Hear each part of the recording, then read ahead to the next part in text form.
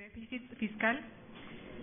Comenzaré con la presentación del doctor René Villarreal, quien es doctor en Economía por la Universidad de Yale, donde también obtuvo el Master of Arts y el Master of Psychology, con especialidad en los campos de comercio, finanzas internacionales y desarrollo económico.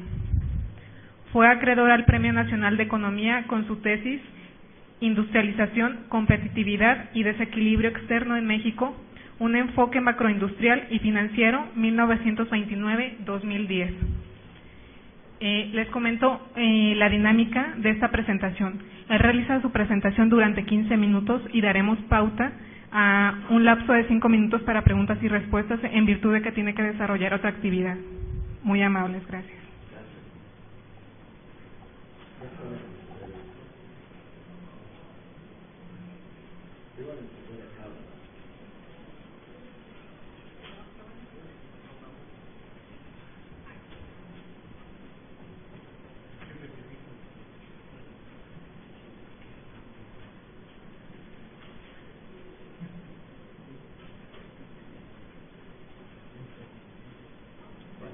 ¿Se escucha o no se escucha?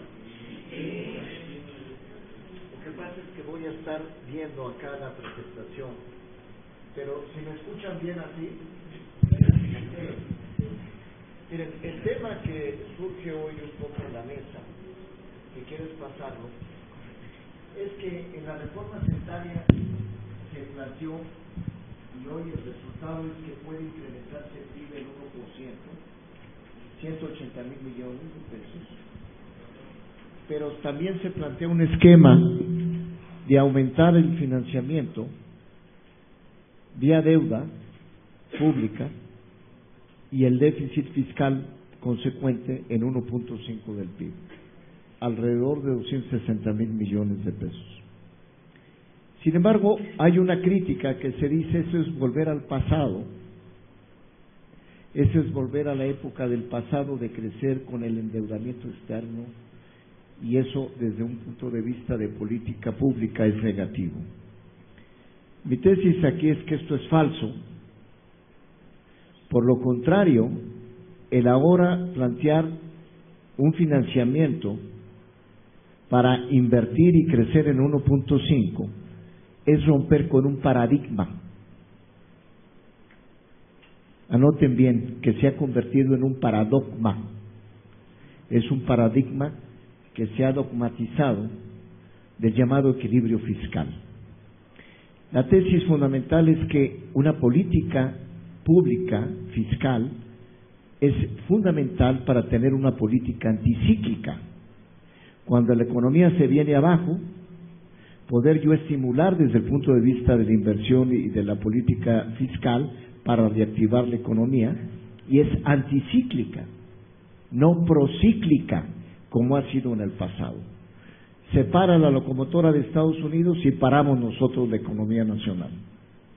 Y eso se llama procíclica. La clave de una política anticíclica es precisamente eso, tener la capacidad para reactivar la economía cuando está en la parte de recesión. Esta es la tesis fundamental.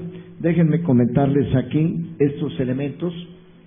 El financiamiento, cuando hablamos del déficit, creo que está mal planteado aún desde el punto de vista de política, porque si yo tengo una empresa que tiene un nivel de endeudamiento muy bajo, el financiamiento, yo primero me financio para doblar mi planta productiva y poder crecer, y lo primero que necesito es financiamiento.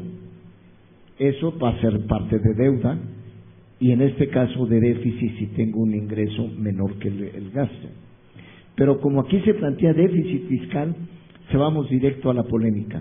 Cualquier empresa que tenga en una economía que se encuentra en desaceleración o recesión, como se plantea aquí, por debajo de su potencial, con baja inflación y con capacidad de endeudamiento, tiene la posibilidad de tener una política de financiamiento vía deuda pública, y en el caso de México la deuda pública al PIB es el 35%, la inflación es muy baja, al 2.5%, si yo expando fiscalmente no voy a tener problemas de inflación, es la inflación subyacente.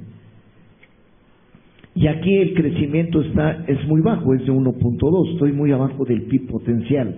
Como decimos los economistas, no estoy en pleno empleo, tengo mucho margen para crecer. Pero no solamente eso, vean cómo están los países avanzados, la deuda es del 70 al 101%, yo tengo el 35%.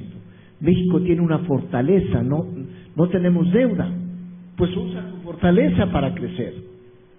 Tu planta está trabajando a la mitad, puedes doblar la inversión y puedes generar crecimiento y empleo. Y no tengo inflación y esta es muy baja. Existen condiciones adecuadas para utilizar el financiamiento como instrumento para reactivar y promover el crecimiento económico.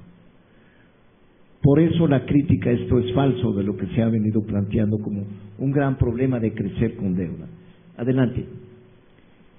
El déficit como estímulo contracíclico para apoyar la economía y el empleo, además plantea que es de 1.5, pero tendería al 17 un presupuesto balanceado a medida que aumenta el PIB y el ingreso de la economía. Aunque yo tenga un mismo nivel de déficit, la relación de deuda al PIB va a bajar porque este es un coeficiente. Adelante. Las medidas de austeridad fiscal y monetaria bajo condiciones recesivas solo conducen a un mayor endeudamiento y pérdida de bienestar. La austeridad fiscal mal entendida, mantener el equilibrio fiscal siempre y en todo momento, se ha convertido en un paradigma, una camisa de fuerza que no permite estimular la economía aunque lo necesite. No quiere decir que no tengamos disciplina fiscal, pero cuando yo tengo capacidad para financiarme, cuando la economía está en recesión y no tengo inflación y puedo crecer mi PIB potencial, pues puedo usarlo como palanca para crecer. Pero en el pasado el déficit se ha hecho desde hace más de una década, como yo digo, un paradigma que dice, no, el equilibrio fiscal es fundamental. El equilibrio fiscal no es el objetivo es crecimiento sostenido del 5 al 6, empleo productivo y salario remunerativo. Crecer al 5 o al 6%, generar 1 millón de empleos productivos y el salario remunerativo es el trinomio para desarrollar el país. Lo demás son puros cuentos. Los equilibrios fiscales, monetarios y demás son de las cuentas. Lo que importa es el bienestar de la gente. Y eso se da cuando hay crecimiento pleno, que es el del 5 y el 6. Se generan empleos productivos, que es para generar empleos para 1 millón de gentes, con salarios remunerativos, que es lo que no hemos tenido en los últimos 10, 15 años. Adelante. Aquí, fíjense, el FMI en la última experiencia que hay de la desaceleración a nivel mundial, dice, puede generar hasta un efecto perverso. ¿Vieron la crisis del 2008? Los países de Europa, Estados Unidos, para poder enfrentar su déficit fiscal, tuvieron que endeudarse más, pero contrajeron la economía. Y si el PIB no crece, el ingreso no crece, ¿cómo aumenta el IVA? La recaudación, no el impuesto. Pues si no crece la economía, no hay ventas, no hay IVA.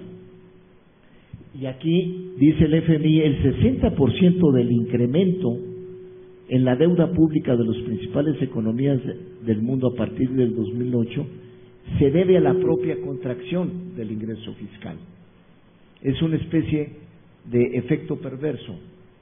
Paro la economía, ya no quiero gastar, ya no quiero financiar el crecimiento, pues sí, bajas el PIB y baja la recaudación. No hay ventas, no hay IVA. No hay crecimiento, no hay utilidades. ¿De dónde capto mi ingreso tributario? Y aumenta la deuda. Y el FMI dice, el 60% del incremento de esta deuda, vieron que los países avanzados tienen del 70 al 101%, es producto de la propia recesión y el estancamiento, y es el efecto perverso. Adelante.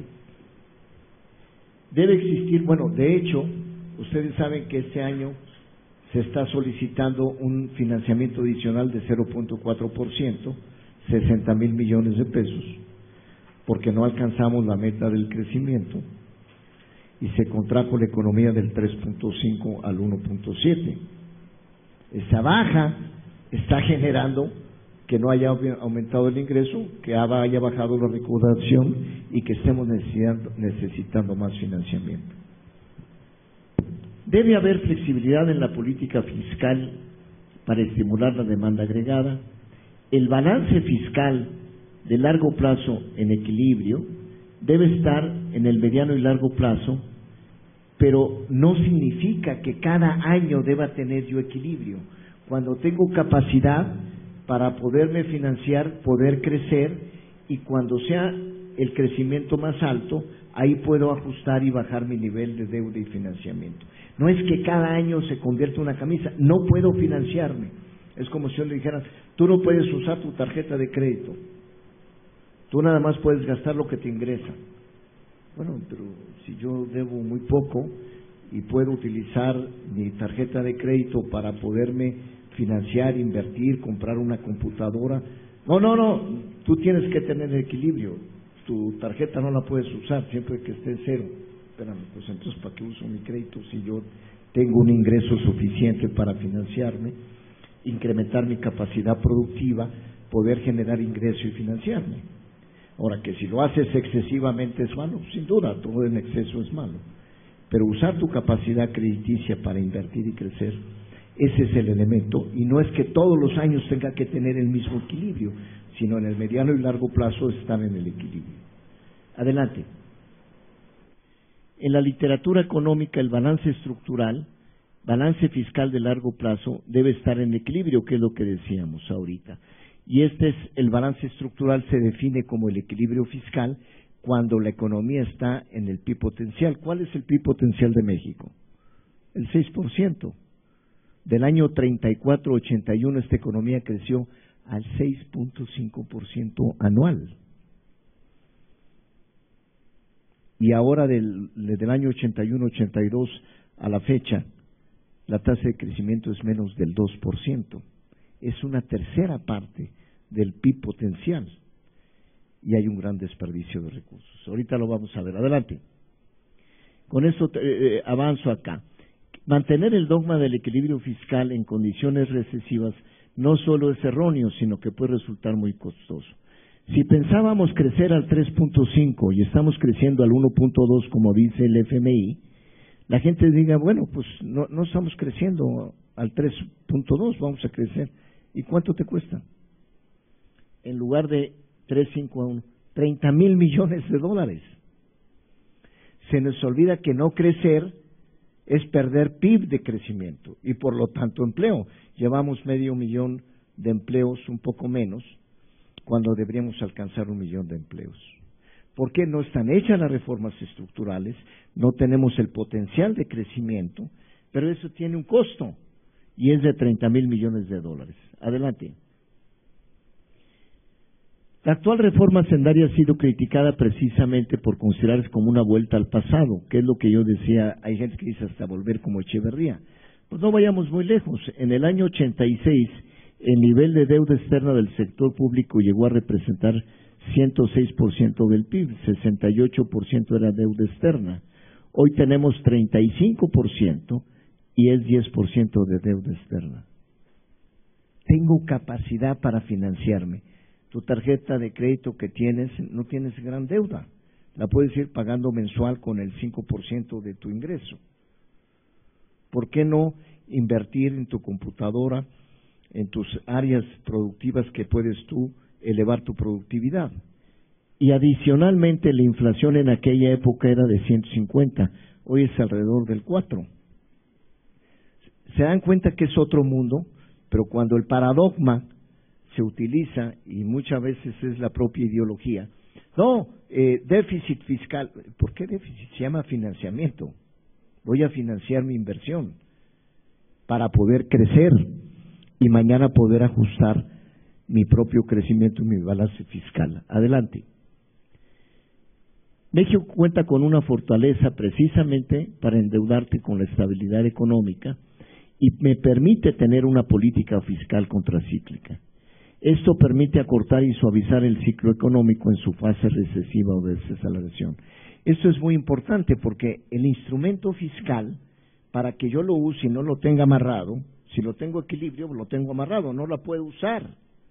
Cuando tengo flexibilidad, cuando se viene la economía, porque la economía norteamericana entra a recesión, yo prendo la locomotora interna y me permite balancear el crecimiento. Pero esa es precisamente la política anticíclica. Adelante. ¿Por qué es fundamental? Porque México tiene una relación de ingresos tributarios del 16% del PIB, pero si quito la parte de ingresos petroleros es solo del 10%. Es la más baja de la OECD y de las más bajas también en América Latina. El ingreso tributario que capta de impuestos el gobierno es de los más bajos del mundo, es el 10%. ¿Cuánto va a aumentar la reforma hacendaria? Nada más un punto, a 11%. Entonces, de alguna manera hay que balancear los planteamientos de la reforma hacendaria y resulta fundamental para poder mejorar el gasto de inversión pública prioritario, aumentar el ingreso tributario. Adelante. Aquí hay una ley fundamental en la economía. Ustedes conocen, aunque no sean economistas, la ley de la demanda y la oferta. Cuando la demanda crece mucho, y decimos ceteris paribus, todo lo demás constante, pues los precios van a subir. Cuando aumenta mucho la oferta, como es ahora con 7 millones de toneladas de azúcar, baja el precio del azúcar.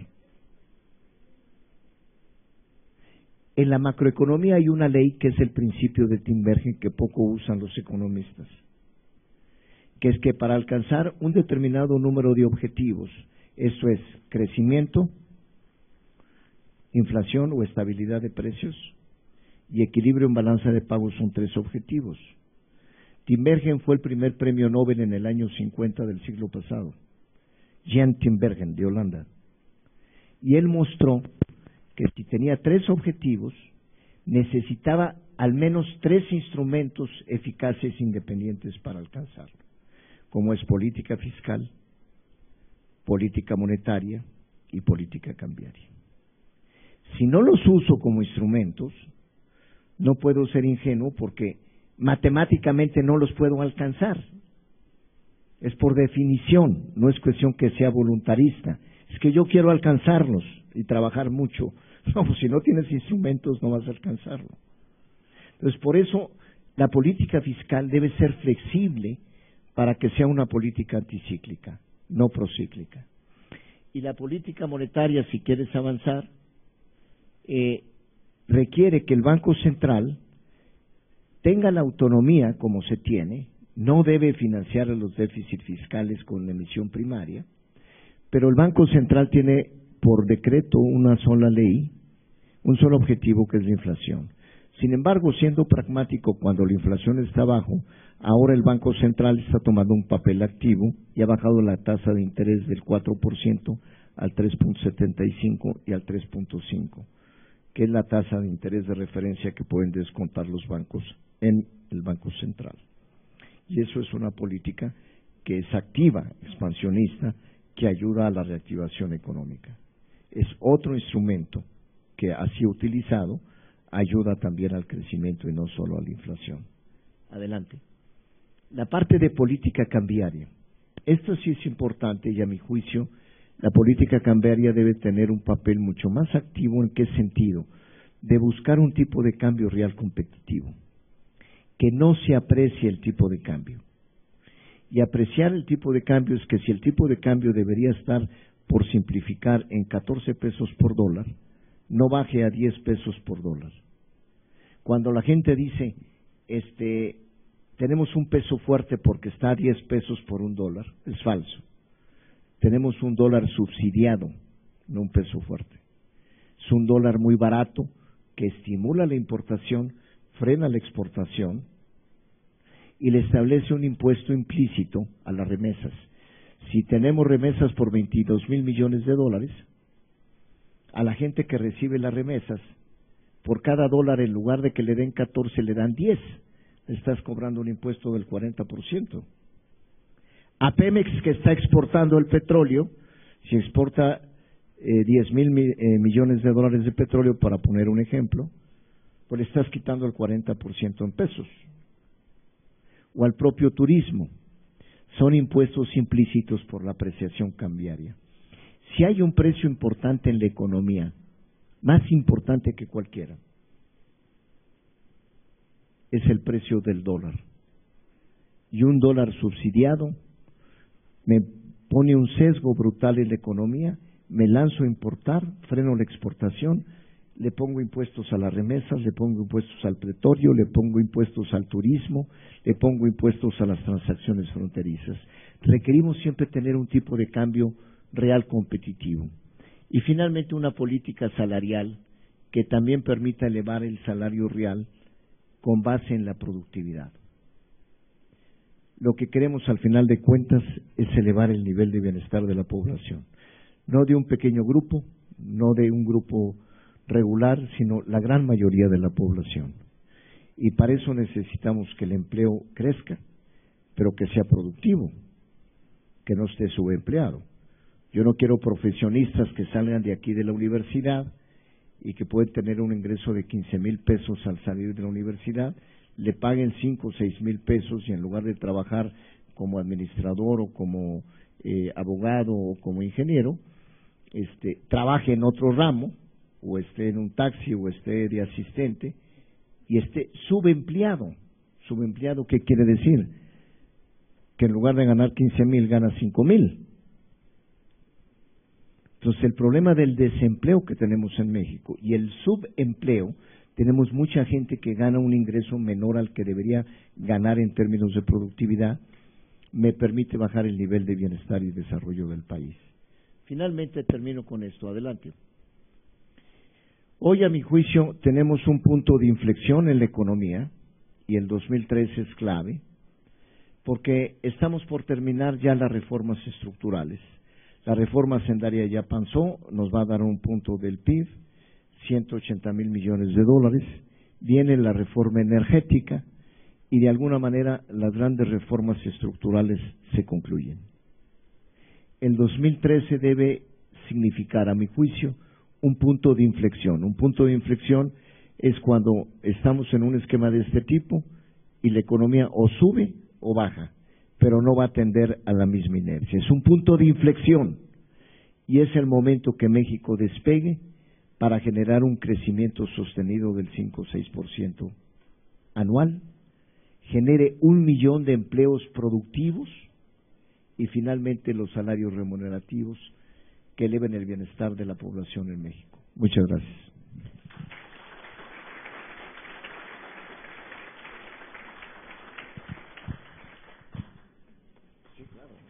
Adelante, si tienen alguna pregunta. Buenas tardes.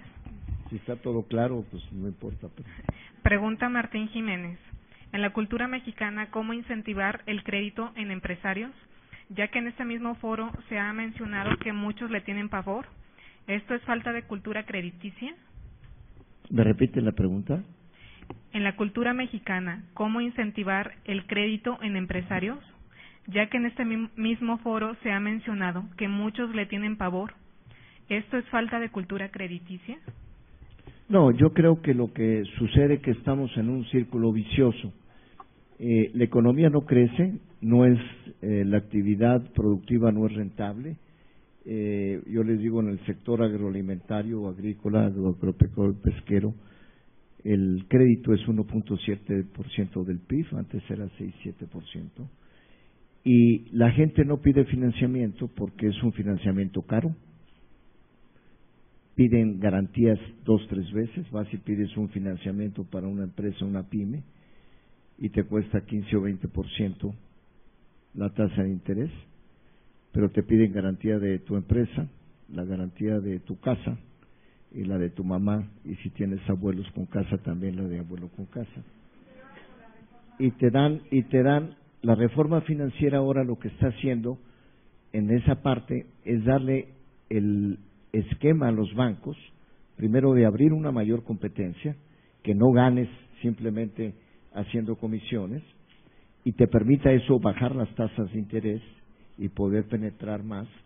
Y al mismo tiempo en la banca de desarrollo había un requisito previo que limitaba mucho, por ejemplo en financiera rural o demás, que si yo tenía una pérdida de un patrimonio en un proyecto, yo afectaba el patrimonio del banco y tenías cargos a la propia directiva del banco. Ahora lo están poniendo en un plazo, o sea, puedo tomar más riesgos para desarrollar proyectos. Y al tomar más riesgos me permite ampliar los plazos de crédito, bajar las tasas de interés y las garantías, que aquí las garantías no te permiten funcionar. Entonces, el reto de la reforma financiera es llegar a tener plazos más grandes en interés, en el crédito, tasas de interés más bajas, pero al mismo tiempo que bajen las garantías para que pueda utilizar el crédito. Entonces, yo te diría que la parte esencial, ahora le queda la pregunta, es que no es que existe una cultura del no crédito o no la utilización de crédito por parte del empresario o del consumidor o del pequeño productor en general, sino que el crédito es caro, pide muchas garantías y la economía con los ciclos que tiene, por eso es muy importante la política anticíclica. Si esto estuviera creciendo al 6% anual y estuviera creciendo el ingreso y el empleo de todos ustedes, no tendrían problema. ¿Quiénes de ustedes? Yo recuerdo, bueno, yo soy un chavo joven de 66 años, de la tercera edad, pero en los 70s, no, me estoy equivocando, a finales de los 60s, yo estudié en la Universidad de Nuevo León, antes de la maestría en el Colegio de México. Yo daba mis clases en la universidad en cuarto año, y dando clases me pude financiar un Renault usado, un coche Renault. Yo les pregunto a ustedes ahorita, yo recuerdo en el año 71, terminando el Colegio de México, tuve oportunidad de trabajar en la FINSA. Mi secretaria ganaba 2,000 pesos mensuales y podía comprar un Volkswagen nuevo. Yo les pregunto a ustedes, ¿quién de aquí o qué secretaria puede comprar un auto nuevo hoy día? El poder adquisitivo real ha bajado y el nivel de vida de la gente ha bajado. Por eso mi insistencia, el futuro del país está en tener una economía que crece a capacidad plena al 5 o 6%, genera empleos productivos, que esto implica 1 millón de nuevos empleos productivos para los jóvenes del país, y salarios remunerativos. Por eso hablar del déficit fiscal de 1.5 es hablar de financiamiento de la inversión, y si este es productivo y nos permite reactivar la economía, va a tener un efecto positivo, rompiendo con el ciclo recesivo e iniciando una nueva etapa de desarrollo del país, que es un crecimiento sostenido. Allá tengo una pregunta.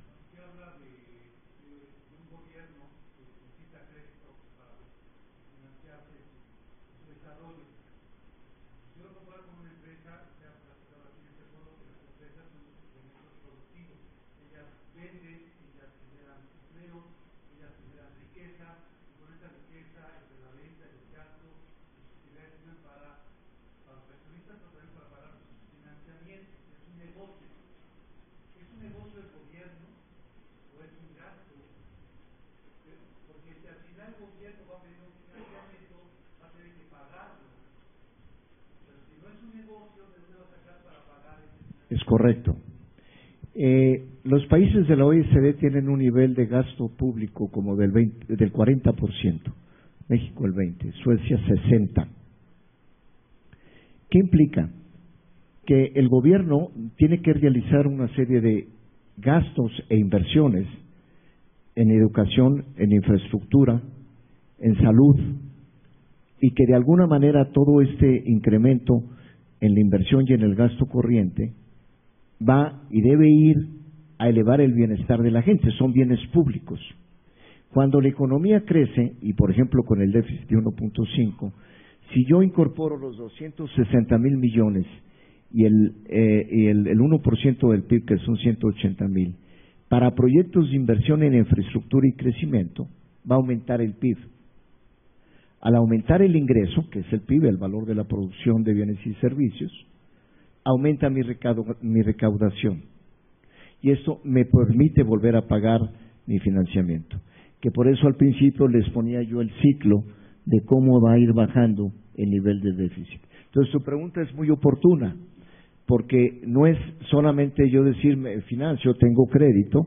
No tengo crédito porque voy a invertir en una planta, en mi caso personal o en tu propia actividad profesional, pero mañana voy a ser más productivo, voy a generar más ingreso y voy a pagar el crédito de la computadora o del laptop o de mi auto. Y eso es lo que debe ser el financiamiento para la inversión y el crecimiento. Y México ha tenido un estado minimalista que cada vez se ha hecho más chico. Por eso tienes tantos déficits sociales en el país. Pero ve el gasto cuando ahorita yo te digo que Noruega tiene el 40 del PIB, Suecia el 60 y en promedio entre 40 y 50, porque la producción de los bienes públicos requiere inversión. Y si el Estado no tienes un Estado fuerte desde el punto de vista tributario, porque capta el 10% del PIB, pues simplemente lo que ha pasado en los últimos años es que se reduce y se hace más chiquito. Pero te faltan escuelas, te faltan hospitales, te faltan puertos industriales. ¿Sí me explico? O sea, no tienes la inversión. Adelante, por favor.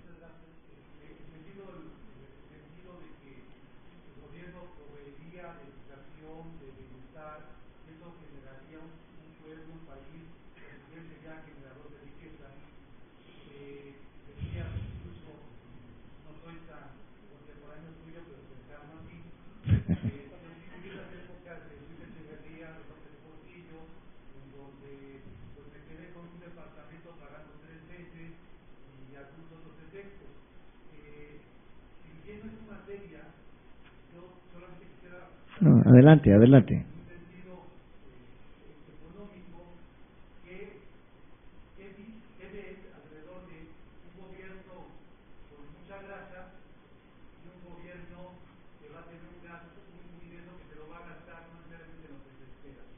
Sí.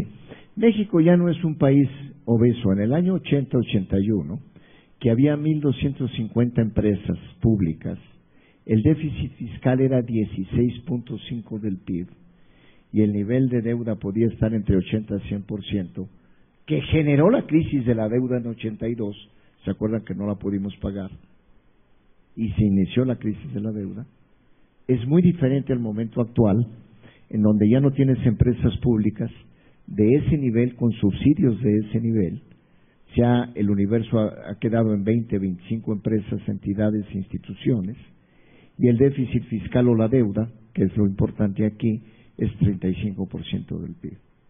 Tú estás en otro esquema, pero te has hecho más compacto, pero más chico. O sea, yo hablo que de un estado obeso te fuiste a un estado minimalista. No, queremos un estado esbelto. Quítame la grasa, pero no me quites el músculo.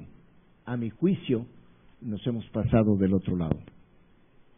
Tú ves una economía chilena que invierte el 28-29% del PIB, nosotros invertimos menos del 20%, crece la economía al 5-6% y está elevando el bienestar de la gente. ¿Perdón? ¿Por qué qué? No, sí, pero es menos habitantes y la economía es más chica. Hay proporción en tu región y demás, pero no es proporcional. Corea del Sur tiene un PIB industrial mayor que el de México. Un tamaño igual o un poquito más grande que el de nosotros.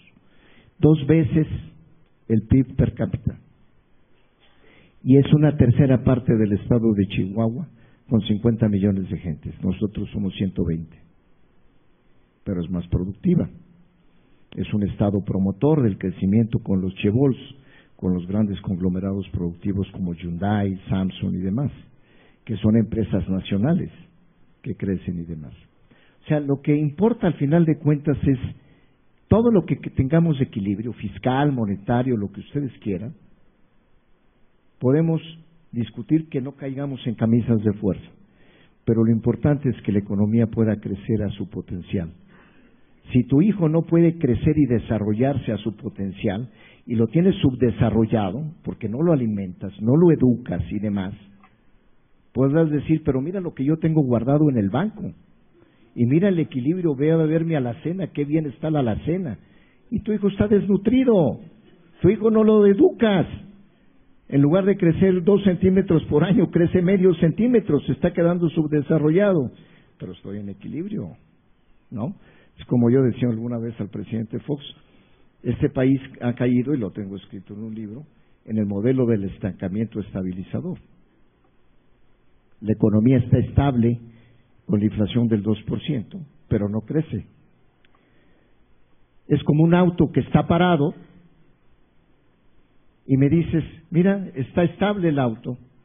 Y yo le decía, un auto parado, con mucho respeto, mi abuelita lo estabiliza. Que se le vaya a la izquierda o por inflación o a la derecha con devaluación a 100 kilómetros por hora, que es el potencial del auto, ese es el arte del management macroeconómico. O como yo decía, mire, yo soy muy buen alambrista, ¿ya me ven caminar aquí? Miren cómo estoy equilibrio. Soy muy buen alambrista. ¿En dónde? No, estoy parado. Pues no soy buen alambrista, man. Crecer con equilibrio interno, estabilidad de precios y equilibrio externo con estabilidad para la devaluación es el arte del management macro. Pero el arte de ese management, lo importante es que camine y crezca, que el auto vaya a 100 kilómetros por hora, capacidad plena generando crecimiento e, insisto, empleo productivo y salario remunerativo. Ese es el camino de México, no tenemos otro. Y del año 34-81 el país creció al 6.5% anual. Y pudimos crecer sin problemas de empleo, mejoró el bienestar y el salario real. Yo recuerdo, y a lo mejor tú ya estabas en los 70s, pero en los 70s, ¿tuviste algún problema de empleo? Ni pensábamos cuando salíamos de la universidad. Salíamos de la universidad y, bueno, yo me fui al Colegio de México, luego al doctorado en Yale y llegaba acá, pero nadie de nosotros tenía problema de empleo. No estaba en la cabeza si encontraba o no un empleo. Y ahorita te recibes con tu máster, con tu doctorado, tu licenciatura muy bien hecha, y estás viendo de dónde diablos vas a encontrar una oportunidad de trabajo. Ese no es el camino del bienestar y del desarrollo de un país. Eso es lo que quiero entender. Por eso hoy, en la reforma hacendaria, romper con el paradigma del equilibrio fiscal per se, es un gran cambio que nos permite quitarnos camisas de fuerza y utilizar una política contracíclica para el crecimiento. Y eso es de carácter temporal y transitorio, como lo ha dicho el propio secretario de Hacienda, pero nos va a permitir crecer el próximo año a tasas superiores de las que hemos venido creciendo en los años anteriores. Muchas gracias a todos.